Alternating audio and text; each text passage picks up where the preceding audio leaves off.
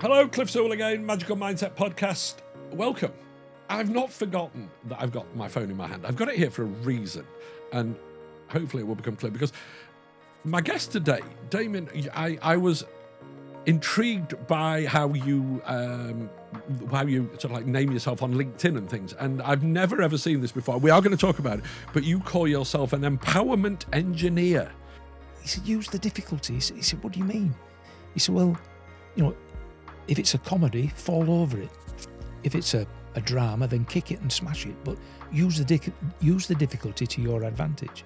I've always managed to compartmentalise my life so that the one thing that happens that's negative, it doesn't just bring the rest of my life down. And life looks a bit gloomy. I always think back about the places I've been and the things I've done. A little mental highlight reel that always put a smile on my face. Damien, welcome to the Magical Mindset Podcast. Thank you very much. I appreciate being invited and a chance to talk about empowerment and all things coaching and people. Yeah. And that's well, you from our brief discussions and things I've read about you, people, and one, I'm not going to steal your thunder away from you, but I think one of the key things you're really, really focused on is communication. It is.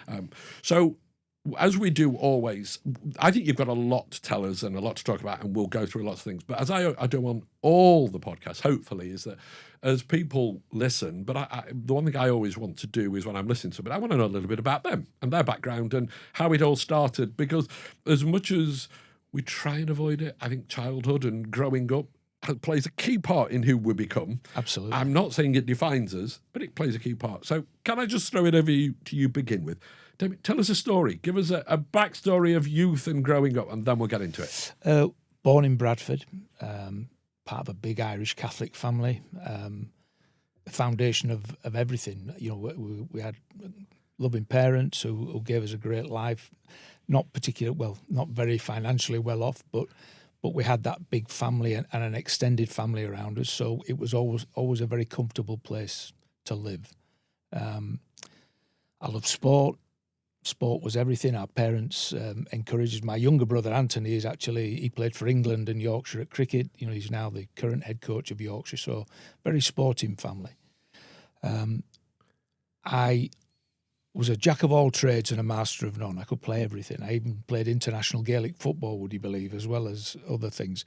But what always fascinated me was what makes the best players the best, which I think led on to my future career. Can we just pick up on that? Because again, this is something that fascinates me for all sorts of reasons. I'm a parent, and I know lots of people I talk to are parents. So, and we have all these challenges with our kids nowadays with smartphones and tablets and whatever. And I do get very frustrated when I hear people telling me that the kids now don't know how lucky they are and whatever. Well, we've created this world for them to live in, so it's us to blame. But I wanted to go back. Your brother was very, very, and still is involved in sport, and you were involved in sport. Your parents, was that their aim to get you into sport, or what was it that created this sporting world that you're all in now, and how beneficial was it as you grew up? Well, I think sport's a wonderful thing to be involved in because it lets you meet so many people. It gives you that camaraderie, it gives you that sense of belonging, how to collaborate, all the good things, the principles that we take through life, never mind in sport. Mum and Dad, there were 5 of us, and Mum and Dad just encouraged us to do something that we enjoyed. Dad was a great footballer. They spent their entire retirement following my youngest brother Anthony around the county cricket scene. So they were always very supportive of what we did. And one thing I took from that was that you should support people to try and reach the potential and explore things they love to do. My youngest son, Joe, is a musician, and music to get into is I suppose as difficult as Premiership football. You need that break, and no matter how hard you work. So we've supported him and encouraged him to follow his dream, and allow him to try and be the best he can be. And I think as a principal, I took that into my working life. I like to help people try and be what they need to be, and try and guide them on their way. And both as a teacher to begin with, and then latterly into my professional coaching life. I always took that with me. So that was something again that fascinated me when I was doing some research on you.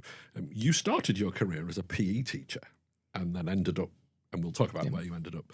So, two questions I want to ask. One is a straightforward one. The second one might be a little bit unfair. How did you end up in teaching? I'll let you answer that one. How did you end up as a PE teacher? Well, despite my youthful looks, I was, my playing years as a sportsman were in the late 70s into the 1980s, and the opportunities in professional sport were limited then. Unless you were a footballer, you didn't really have a career in sport. Even as a professional rugby league player, it was a part-time thing. Everybody had a job. PE teaching to me seemed a great way to work in sport on a full-time basis. I hadn't really thought of it in the terms I just talked about previously about helping people, but as soon as I got into teaching, I found it was something that I really loved. I enjoyed every minute of it, helping people, connecting with, albeit the children, but seeing them move forward. And it, whilst it was, I wouldn't have said I was born and when I always wanted to be a teacher. It was something I evolved into, and it was such a great grounding for what followed then in the rest of my life. So let me ask a question now, the unfair one. You were a PE teacher, and then you went on to teach at, and we'll talk about senior elite level sport. There is always this discussion about PE and sports in school. It's about taking part, not winning. And it's about taking away from the super elite kids, taking that away from them, and then making it more of a level playing ground. Is that a fair way of explaining it? Yeah, it seems to be, yeah. Do you agree? No, there's a reason children keep score. The children know win and lose. It's part of, and winning and losing is part of life. I think people can take it to an extreme where winning is everything and you'll cast aside everyone else.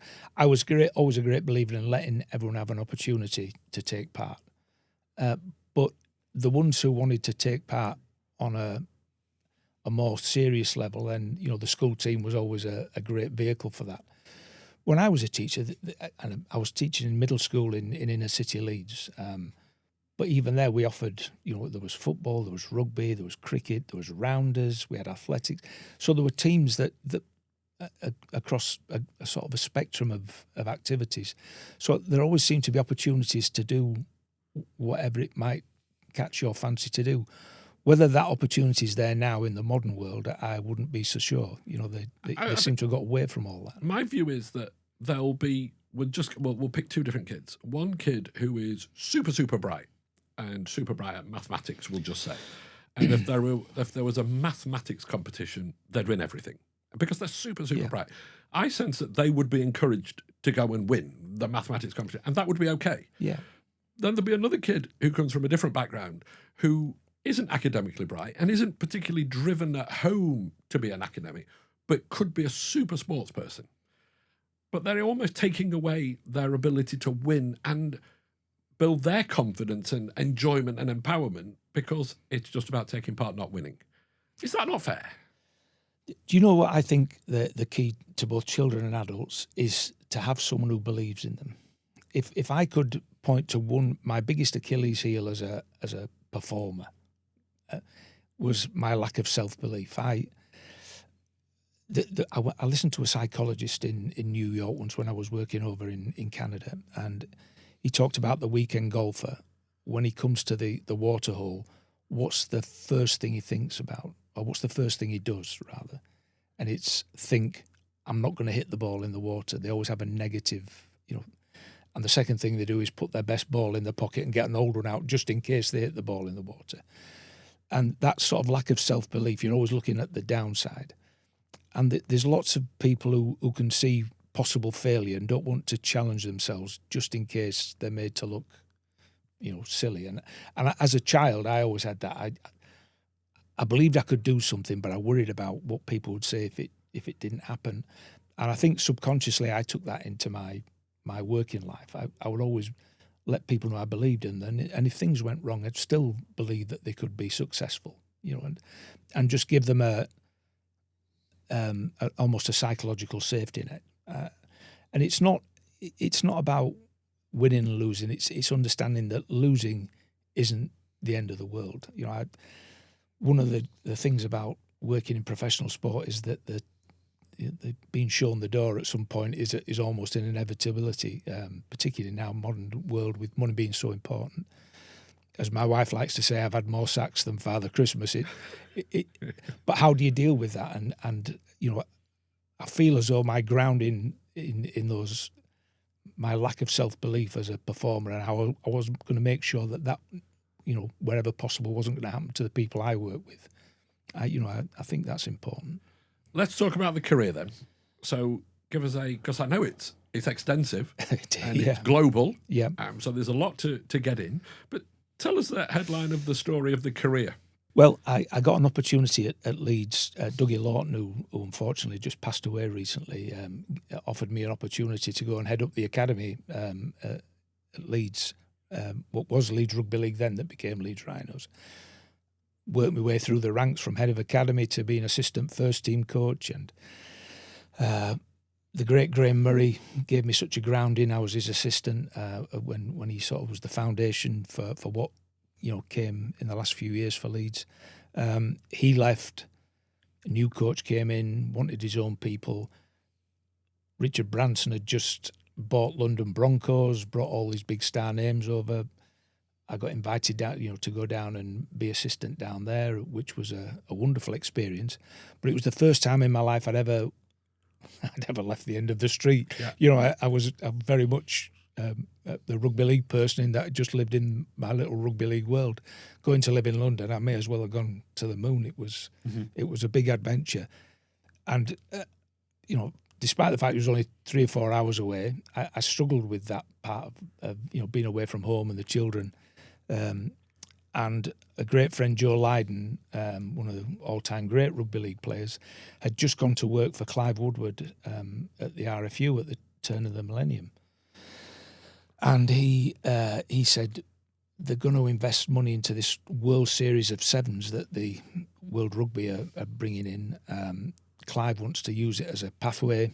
Will you come over and work? And by the way, do some work as skills and defence coach with England A. They had a Six Nations for the England A and Ireland A, etc. then. So I came over there, and as always, you meet people. A guy from Leicester Tigers, who were the sort of the Wigan Warriors of rugby union, who were European champions and Premiership champions. He was working with England A as well. Swapping from, if anybody knows the history of rugby, and I might be wrong here, but I don't think I'm going to be. You were coming out of the rugby league world at that time into the rugby union world. That will have been a very different set of individuals. Oh, completely. And different societies, weren't they? When I was working at Leeds, I did some development work for local coaches, and if we needed somewhere to do a coaching course in the evenings, very few rugby league facilities had floodlights, and I had to try and sneak into Roundhay or Headingley and, can we borrow your floodlights for an evening? But they couldn't, because it was rugby league back then, and this was only in the 90s. It was never the two shall meet. They said we can't. It's it's against the bylaws. We'd be signed die if we allow you to do it. And within 4 or 5 years of that happening, they'd gone professional. But the games were so far apart, and the mindset of the people involved was it was amateur against the sort of hard-bitten professionalism I'd been used to. Predominantly a public school group of people against the blue collar guys that I was and was amongst. So it was a huge culture shock. I mean, the games are so close now, and the crossovers are so often, so prevalent that you can't really notice a difference. But then it was a huge. As a person, how did you manage? Because you will have been dealing with people who, with the greatest respect, and exactly the same to me. I came from a very working class environment in Sheffield. You will have been meeting people who come from, like you say, the public school, but real top end public school world. Absolutely. Just the way they spoke. I mean, as eloquent as I tried to sound or articulate, it was chalk and cheese. And and that alone. But they were very welcoming. The difference was how much they challenged what I had to say. They've obviously been brought up in a way was, don't accept this, discuss it and talk it, which was great for me because it meant I had to try and explain my position. And as a coach or a leader, I'm sure you know this, as to get people to do what you want to do or to take them forward, you have to be able to sell your vision. You have to be able to explain your position. People won't invest time in you if they don't feel they're going to get some value from it. So how you articulate what it is you're doing and why you're doing it is important. And it was a great grounding in that alone. How to put it across. I had to assume less and almost fight my position, because the things that I was used to on a daily basis, as I said, the game had just gone from amateur to professional. They thought professional was coming in at 9 and leaving at 5. That was like you had to do a full working day, not the way you approach things and the intensity you do them at and the different ways we do it. So it was probably a pivotal moment again in that part of my life. The understanding communication, which is the sort of one of the foundations of empowerment. So then your career went on. Tell us more. So then, I worked for Leicester Tigers, did all the stuff with England and England Sevens. But then, as always happens, in 2006, Clive Woodward had been summarily sacked by England because even though he'd just won the World Cup, people forget that quickly. When people are sacked, the new people want to bring all their own people in. Found myself sort of out on a limb a little bit. I'm going to do it. I'm sorry. I'm going to interrupt, and it's awful, but this is not what we're talking about. But there will be, I will guess there may be there'll be a number of rugby union fans who are maybe listening to this. Was it the right time for him to go then? He'd just won the World Cup that we'd never won before, and we've not won since. Was it right? I think so, because on reflection, they were guilty of something I've seen happen around the world. There was success, but they almost ignored what was underneath. The top part of the point of the pyramid was all the focus and all the investment went into that. As they were getting better and better, they didn't put foundations in place to keep that going. Leeds have been very successful here in rugby league in this, in our area here, over the last 25, 30 years of always having a strong youth setup which underpinned, and then the seniors and they flowed through. So England put all their eggs into one basket. They decided that the team were the thing, and they invested heavily in that. They didn't invest in anything underneath it. So as that World Cup winning team creaked towards old age, if you like, once they went off the cliff, there was nothing to follow through of that calibre. So the results dipped. As always, people have an expectation because of what had gone a couple of years previously, and it doesn't take long for people in power to point the finger and think we must change. Can I? Maybe this is not correct, but you talk there, and I understand what you mean. All eggs, one basket. England win the World Cup. An amazing achievement, fabulous. Go to football, and you were talking about no investment further down into the rugby, right? If we look at football right now, today, and I know football's not your thing, but I think it's relevant. All the money's in the Premier League. And I understand that's all Sky and all those things. Are we not at risk that we're going to break football eventually? I think so. Money's important, but it always seems to be the root of all evil, because when money comes in, the obvious thing, as you would say, is to use the money wisely, as I suppose you would if you're a successful business person, and make sure that you have everything in place from, the grassroots right the way through. But money also tilts people's approach to life, don't they? They want to spend it on the things that bring them instant success. People don't always think about 5-10 years down the line. It'd be interesting to see, those shooting stars that populate every area of life, whether they spent money to become successful but didn't use it to make sure they had a bit of sustainability in there. Mm-hmm. We digress. Sorry. Yeah. So carry on. So I left England. I went to Spain. I had 3 years in Spain working for the Spanish rugby, which I've gone on holiday to Spain every year. Never really thought about them as a rugby powerhouse. But would you believe they have more players than Scotland and Wales? And this is put in together? union again. In rugby union, yeah. And so I had 3 great years in Spain, working in Madrid. There was lots of money around. They went from 28 in the world to number 14. We had a fantastic rise. Then the financial crash came in. But Sorry, because there's things I want to pick up on. So here's a lad from Bradford, rugby league lad, working class family, goes through that, ends up in the public school world of England rugby union, then somehow ends up in Spain. One assumes at that point you didn't speak Spanish. Do you know, I've worked and lived all around the world, and I barely can speak English, as you're finding out now. But the one thing I can do is smile in over 7,000 languages. Right. I like that. I like that. Communication, as I said to you before, intentional communication is the thing. It's not about communicating with people.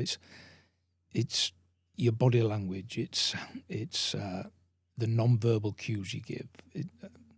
How you sit, how you stand. Don't pose a threat to people. Always look as though you're encouraging. And people can pick up language even if they don't understand the words. They can often pick up the meaning behind what you. But before we go on to that, because I get comments and I listen to people and go, yeah, but I never get the chance. It's all right for you, Cliff, or whatever, or that opportunity never came up. So go back to you get the phone call or whatever it is to go to Spain. Was it an immediate decision? I'm going, I don't care. Was there doubts? Or what did you go through? Because that's a huge jump that probably has also affected the rest of your life. It was.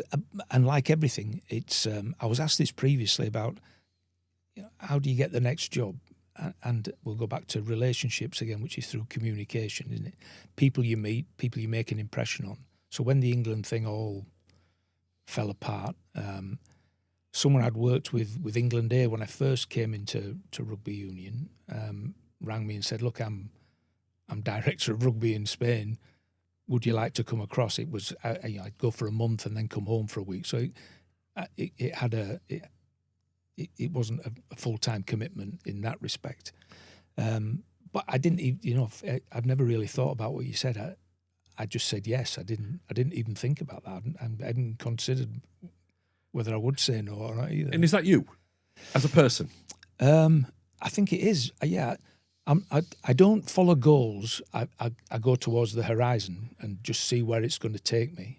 I'm not going. You can't. Right. Anybody who listens to this, right. We're going to stop that. Right. Okay. I've never heard that one before. There's 2 things you've said today I've never heard before. Right. You don't follow goals. You go to the horizon. Yep. I'm always moving forward. If you set yourself a goal too specifically, there's always a chance you're not going to. You're not going to achieve it, and what happens then? Do you feel a failure?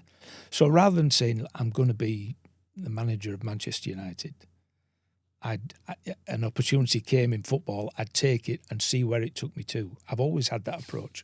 I've never thought about what's coming next. I'll get into something, do the best job I can, and if the choice and chance. If a chance comes, then you make the choice whether you want to take it. But if you don't have and I'm playing devil's advocate, I think, a little bit here, because I 80% agree with what you're saying. But if you don't have a goal, the horizon, I agree, we've all got to go for the horizon because let's not let the past define it.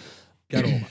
But if you don't have a goal, and that goal might be X, and you have a discussion and somebody says, and it takes you down to Y, is there a chance that that's not taking you away from that heart goal, that real passion somewhere?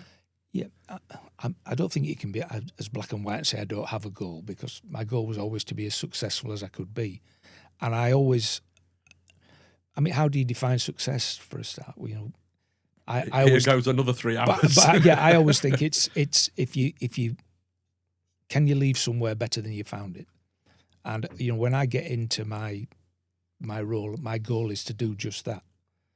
And then if another opportunity comes, and I feel as though it's a step forward, I'll take it and try and do the same thing. I've only ever applied for one job, and that was in Samoa when I became head coach in the South Seas, in the South Pacific, which the job was advertised on Facebook, would you believe? I was working with England in 2013, and one of the players said, Samoa, in rugby union particularly, every team in the world has a Samoan in, one of these big islanders, Yeah. that you'd think there were millions of them, but it's such a tiny place. There's only 200,000 people live in Samoa. But there was a job advertised on Facebook to be the head coach of Samoa, which was one of the most prestigious jobs in rugby sevens. And I sent an application in for that and didn't hear anything back. It's the only time I ever applied for a job. And by chance, I was emptying my spam box in my email spam box, which I never did. I used to blanket tick them and just delete them all. But I was stuck at a motorway service station, and I decided to kill a bit of time, and I'll just flick through. And there was this email saying, we'd like to have an interview with you. It's at 10 p.m. by telephone on whichever night it was. It was about 2 nights, in front. I thought, crikey, good job I saw that.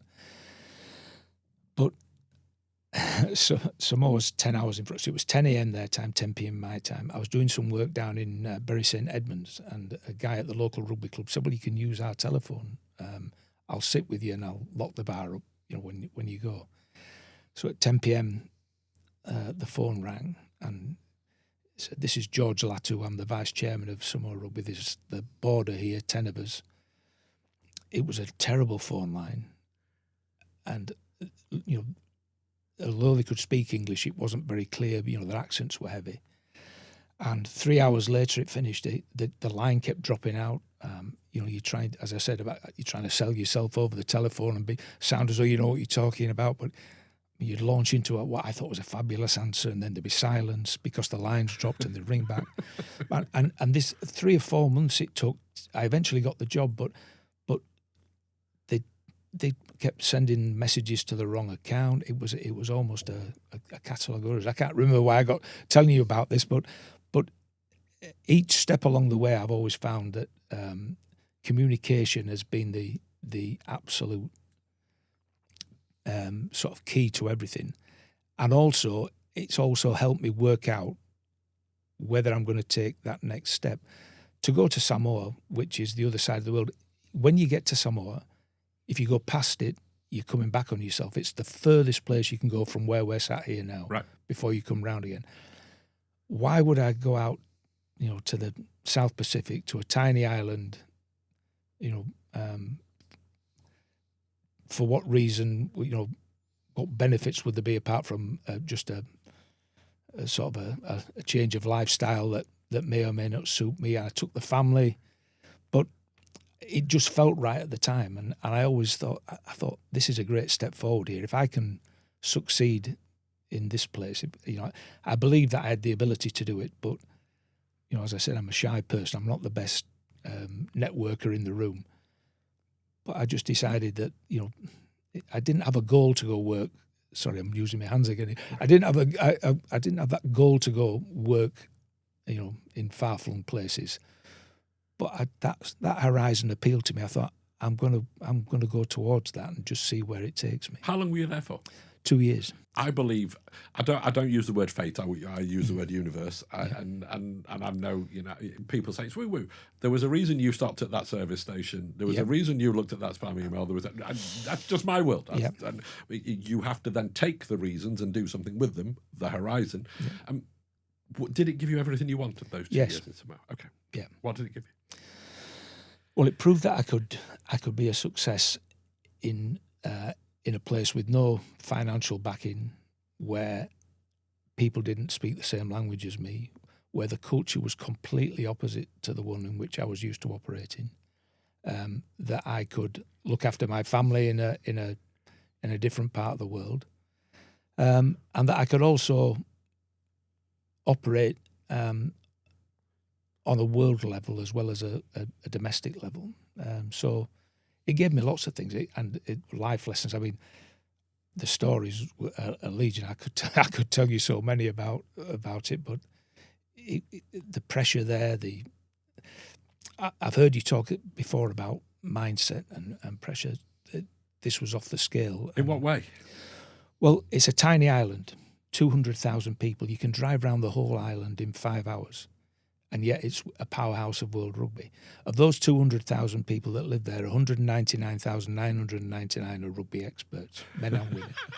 So, and being the only person on the island with white hair made it difficult for me to blend in. It was like being in a boy band. You could not go anywhere. You know, selfies, pictures. Everybody wanted to give you advice and talk to you. One TV station, one newspaper. Rugby was front page and back page news. Right. Always. And depending on how good or bad it was, I couldn't escape from it. You know, it was great to get a seat in a restaurant because, you know, you were a celebrity. But their expectations of what they regarded as success, and you know, think about don't get your ambition and your ability mixed up.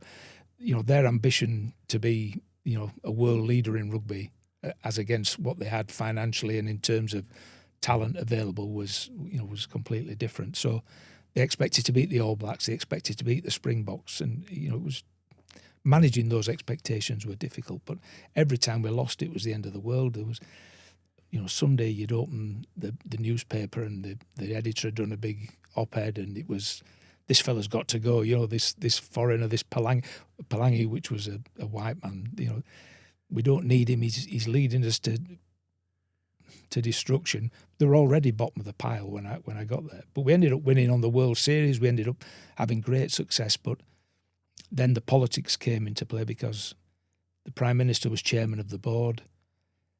Rugby had great kudos amongst the locals, so lots of politicians wanted to get their fingers in the pie and have influence and get their people in. But every supermarket, you know, coach, can I just tell you the players aren't fit enough? Or somebody else would stop you on the street to say, we've got somebody better in our village than you've got in the team. It was just never ending. Did you enjoy the fame? To begin with, it was really nice. You know, it was, that's great to be recognised, and everybody, as I said, getting a seat in a restaurant was easy, and people waving to the front of queues. But then it became almost incessant, and almost, you know, sometimes you just wanted to step away from it and have a break. You talk about wanting to leave, go somewhere, and when you leave, you put it in a better place. When you got on that aeroplane to come home, do you believe you'd done that? Oh yeah, I did, and as I said, rugby was front page and back page news. The board decided that they wanted this famous New Zealand coach who'd become available, who New Zealand had just got rid of, to come in because they loved all things All Blacks and New Zealand, and so I was bundled out the door quickly, despite having had great success that they hadn't had for several years, to get this guy in. The public uproar and support was fabulous. You know, when that moment when you told, you know, we're sacking you, you're out the door. I don't know if anyone has ever experienced that. It's an awful feeling, and you feel empty. And that first thing of, I'm a failure. Life's over. But what came afterwards, you know, to sort of give you that self-belief that, you know, it's them, not me, and I used it as a crutch. But I still get so many messages from Samoa now. You know, almost 10 years later, lots of people still want to be on LinkedIn or on other parts of social media, send messages. So that was a nice. So that was something you enjoyed. What about any other parts of your career that you'd pick out and go, that's something I enjoyed. I did something good there. Yeah, and I followed that in Canada because I went to Canada. They were the same. They just lost all their Olympic funding because the team had failed miserably to qualify for the Rio Olympics in 2016. I came in and we used the difficulties we had there. I don't know if you know the old Michael Caine story about his philosophy on life. Use the difficulty. He tells a great. I'm sorry, I'm digressing here. No, that's what it's all about. It underpins how I looked at things. As a young actor, he tells the story, and he told it on Parkinson, and it stuck with me forever. As a young actor who was stood behind the flats on stage, waiting to open a door and step into his scene, and the two actors who were on there, got a bit carried away and threw things at each other, and one of them threw a chair, and it stuck in the door that Michael Caine had to go through. So he's gone to open the door, and it won't go.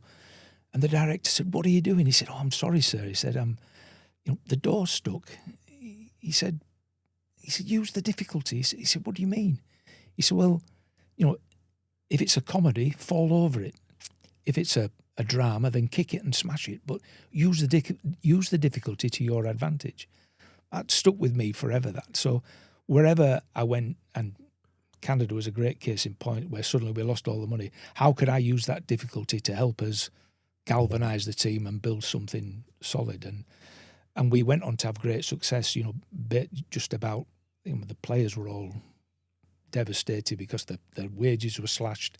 We lost 9 staff. It was a pretty sort of a negative environment, but we managed to turn things around. With refreshing things, getting the resolve there, and so we had great success there. I went to Germany and we had success. The only place I would call a disaster was my very last job in Kenya, which I feel as though I left it in a better place than I found it, in terms of the infrastructure. But that was a step too far. The corruption and the general poverty of the place absolutely killed me. It drained all my life away. So I almost saved the worst till last, But I always, everywhere else, I always felt, even though I left, that I'd left it in a good place, and I felt good about, personally, I felt good about what I'd done. You spent time with the Welsh RFU. Yeah. They are phenomenally passionate. I don't need to tell anybody about their rugby. And as we sit at the moment, it's not great. Did you enjoy that? Because that, again, I assume that's real window pressure as well. Every Welsh person, or male and female, will have an opinion. Yeah. How did you find that? Yeah, it's another pressure cooker, because it's managing expectation. I think in lots of areas of sport is an important part of the job. I think people think coaching is just about picking the team and standing on the sideline and waving your hands, but there are all those subplots, managing expectation being one of them. Without being negative, you have to find a way to temper people's realism. I was based in North Wales, so I was rugby manager for North Wales, which, the sort of the regions are in the south, and yet a big portion of Wales, it doesn't have professional rugby, so they decided to put a team in North Wales based out of Colwyn Bay, and I was the rugby manager. Now, I don't know if you know North Wales particularly well, but it's predominantly Welsh speaking. Well, I think that was the point. I was trying to, if I'm honest, I was listening, I'm thinking, how do I best word this? I worked within other business, I've done work in North Wales, and they're very, very passionately Welsh. Yeah. And if you are English, you're just not welcome. And that's maybe a silly generalisation, but I think they're not that keen on South Walians, right? And Englishmen are even less popular. Yeah. And as you know, Englishmen in Wales just in general aren't that popular. But I had to go out. We used to. There was Rupert Moon, the famous old Welsh. He's not old, but the famous Welsh scrum half from the 90s, who, as it turns out, is also English, but ended up living in Wales for a long time and playing for Wales.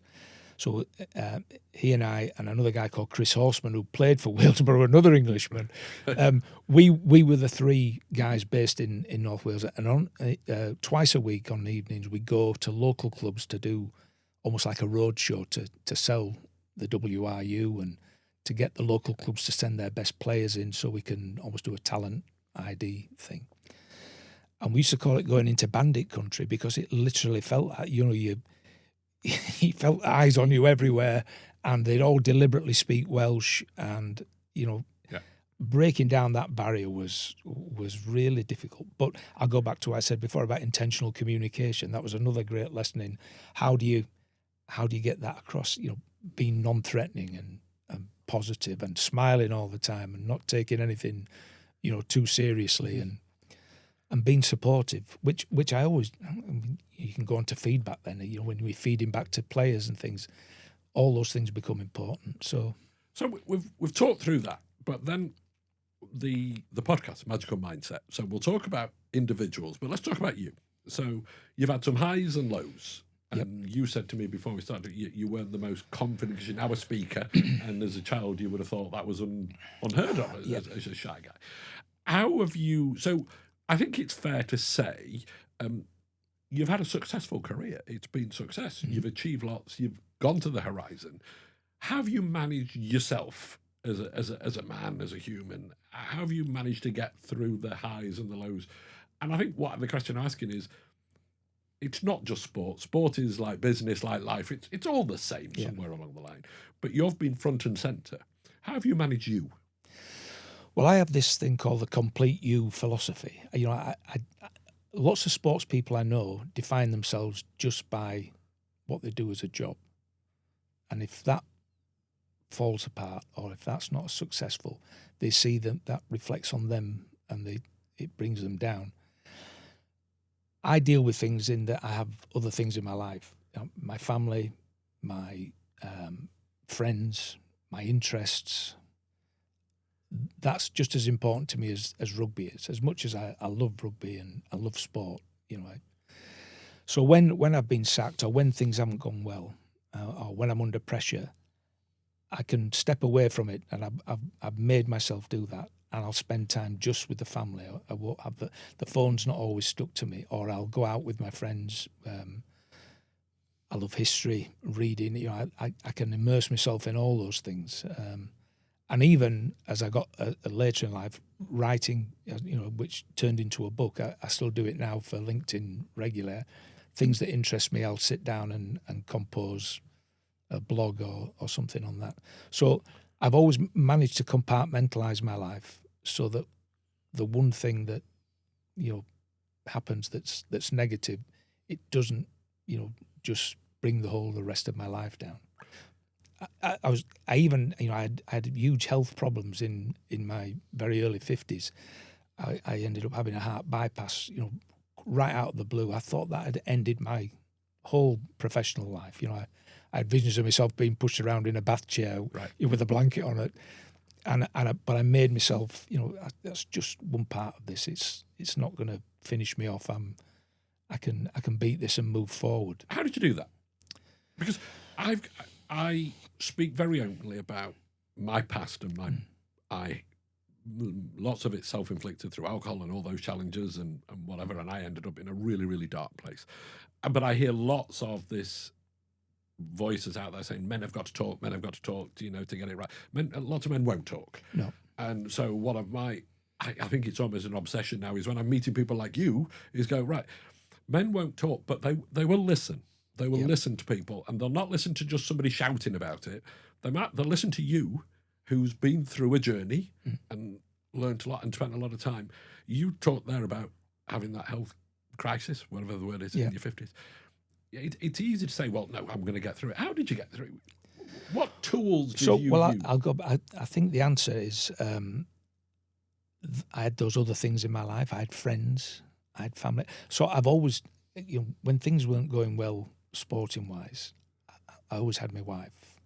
You know, the children had asked about how things are going, and I'd openly talk about it with them, because everybody's opinion counts to you, and people who are close to you, you need to know them. But I also had, I won't call them mentors. I had friends who, you know, Joe Lydon, who I mentioned earlier, Barry McDermott, all the people who I've met throughout my life. We always stay in touch and we'll always talk. And I think talking about things and talking about what you're doing and what's going on, even if sometimes you just want to talk without having answers, because just articulating it, talking about it out loud can make you feel better or make things a little bit clearer. I think you're right when you say people bottle it up, when sometimes letting it out, even to someone who you don't really want an answer from, it can help you see things in a clearer way. And I'd often sit and talk and realise it's just been me talking, you know, and feel better for getting it out there, so people understood how I was feeling. Mm-hmm. You're now in coaching and leadership, so we'll pick up that sporting world and leadership and look forwards. maybe to parents or leaders of businesses of a whole range of different people. We'll go to young men in a moment, but all right. Is there any key things you would say from a leadership point of view and now what you coach that people get wrong and what they should focus on? Do you know, you have to meet people where they are, which is why you have to understand them. Before you give anybody any advice or any instructions, you have to understand who they are and what their view of life is. And if working across 4 continents has taught me anything, it's don't judge people against your own standards. And often I think we start as leaders by talking from where we are, when really you have to understand about the people who you're working with. And I would say take the time to get to know people, if possible, before you make any major statements that either judge them or you assume things. Get to know them, get as much as possible. I'll use Samoa again quickly, if I could, as an example. Their culture is so different to ours. It's a hierarchical structure. It's based on there's villages, and everybody lives in a certain village, and the village has chiefs, and they are the people. Respect is given, not earned. So the older you are, the more respected you are. That old, children seen and not heard is very much part of what they do. So when I first met the team, he come in and I gave what I thought was like a mini Churchillian speech and got no response because their eyes are all down looking at the floor, because that's how life is for them. They're not expected to have an opinion. They were just expected to do as they were told and be browbeaten, and discipline was a big part of life. So breaking that down and trying to get some two-way communication was really hard. I was the boss figure and they were just there to be told, and I wanted some feedback on how they were feeling about things and what they wanted to do. And it was almost like a 20-point plan to get there, where you have to have that non-threatening communication to begin with, so you weren't seen as though you were putting them under any pressure, and then just sitting with them without talking to them so they could feel comfortable about talking with each other when you were around, and then finding out about their families, finding about, laughing when they were laughing. It was a process of getting to understand them. And that taught me that you can bring that back into our life, without going through the long tortured process I had to do in Samoa, because it was really off the sort of the other end of the spectrum to what we understand here. But I think taking the time to understand people and get to know them is vital. Happiness is a word we all band around. And I think happiness for every individual is different. Yeah. 2 questions. When were you the happiest in your life so far? I'm happy now. I have a mental highlight reel. So sometimes when you wake up and it's raining outside and I'm looking at, have I got any invitations to speak? No. And life looks a bit gloomy. I always think back about the places I've been and the things I've done. A little mental highlight reel that always put a smile on my face. I'm happy because I've got family, I've got friends, I've got lots of connections. I think you just have to judge yourself on where you could be as opposed to, where you actually are. We're all in a good place, and we've all been at lots of worse places. So I feel happy that, I'm better now than I was 10 years ago, 20 years ago. You're a coach, you're a leader, you've succeeded in life, and we'll go back to happiness. There'll be people sat watching this who are in a good place, in a dark place, or an average place. Do you have a top 3 bits of advice on living your life, finding happiness, finding success, finding the horizon? Anything that you've, over the years of coaching and leadership and all the things you've learned, are there any key things that you go, you must do this every day, or you must think this every day? Well, that's a great question. And if I had 2 hours, I could give you a 2-minute answer. That's why I don't give you 2 hours. I think about never judge yourself against other people. It would be my number one, because I think that's a trap we all fall into. And we just talked previously, didn't we, about social media. If you sometimes you can fall into social media, particularly LinkedIn, which is a business, the business one that we look at. I'm trying to do the speaking work, and you think, gosh, everybody's speaking regularly, and everybody seems to be doing so well, and they've got a podcast, and I think, is it true? Is what other people are projecting a true reflection of their life? And do I need to really worry about someone else rather than just being grateful for what I have and where I am and where I've been? So I think I would say that would be my main thing, because I think if there is a mental health crisis, which I certainly think there is, I think social media and that judgment against others is a big part of it. I think you use the word grateful and gratitude, and I talk about that a lot. And what other people, and measuring yourself against other people, that literally was that drove me to the downfall. And I'd be interested in your opinion on this. And that drove me to a really dark place, because I knew I'd failed, and what other people thought about me failed. But then as I came round the other side, I actually realised that the people who were very aggressively negative towards me, they have every right to say I failed. But actually, I then looked at their lives and thought, actually, you can't fail because you've never really done anything. Yeah. You've never, and I won't go out and shout and point people out, but most people who have ever had a real go at me in the past, I look and go, you've got every right. My business failed and I became an out and all those things, but I've done lots of good shit as well.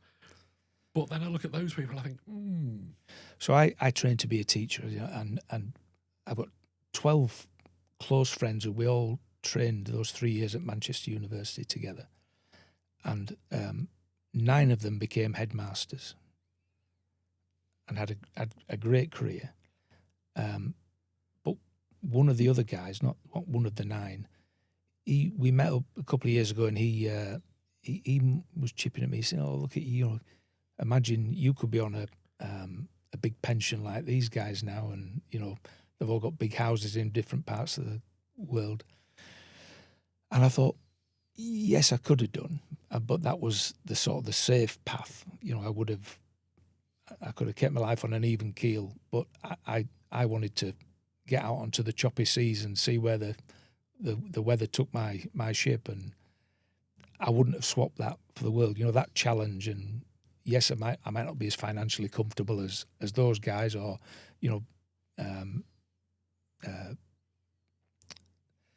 be as settled in my life as they are, because we've come home to a house that's rented out, so we're living in rented accommodation. But I wouldn't.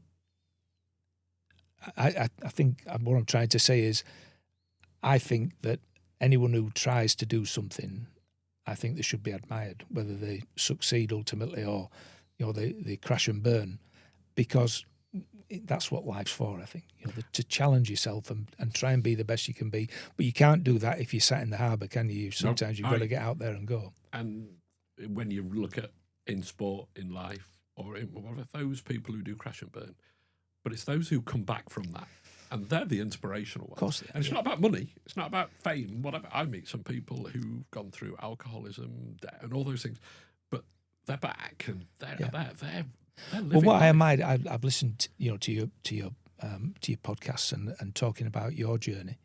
What I admire is that you haven't bounced back, you've bounced forward, and that's the key. It's not coming back from something; it's bouncing forward. So you're back on the front foot and you're trying to move forward.